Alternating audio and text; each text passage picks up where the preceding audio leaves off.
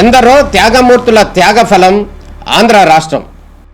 నేడు ఆంధ్రప్రదేశ్లో ప్రజలు సుఖ సంతోషాలుగా ఉన్నారా? ప్రస్తుతం ప్రజల మధ్య ఉన్న కులాల కుంపట్లు ఎవరి కోసం? చంద్రయాన్ రాకెట్ యుగంలో కూడా వర్ణ విభేదాలు దేనికి సంకేతాలు? రాజకీయ పార్టీల నేతలు ఏం చెప్తున్నారు?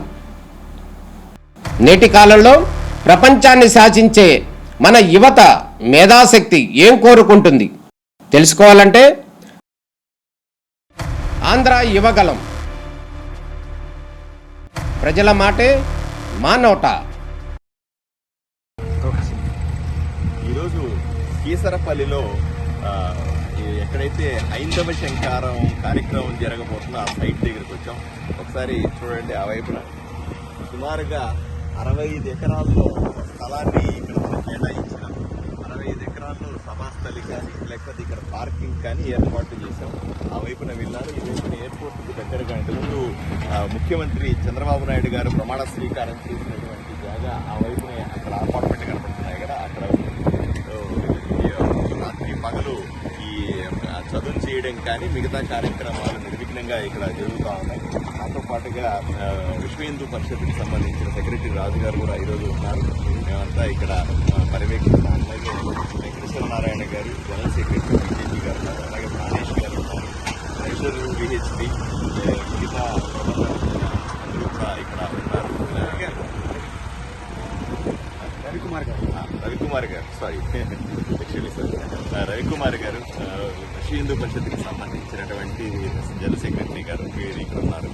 సో కాబట్టి ఇవన్నీ కూడా త్వరితగతిన చేయడానికి అన్ని ఏర్పాట్లు దగ్గర ఉండి కార్యకర్తలందరూ కూడా చూసుకుంటా ఉన్నారు.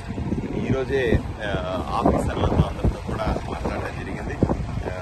ఏదైతే వివిధ ఊర్ల నుంచి ఏవైతే బస్సులు వస్తున్నాయో వాటికి ఏదైనా పర్మిషన్స్ లాంటివి ఏదైనా ఇబ్బందులు ఉన్నాయో అవన్నీ కూడా రెక్టిఫై చేసుకోవడం అనేది. రెండోది, హైవేల్లో నుంచి వస్తారు కాబట్టి హైవేల్లో వచ్చేటువంటి ఇబ్బందుల్ని కూడా ఒకసారి పై అధికారుల దృష్టికి తీసుకెళ్లి ఈరోజు మేమంతా వెళ్ళి మాట్లాడడం జరిగింది.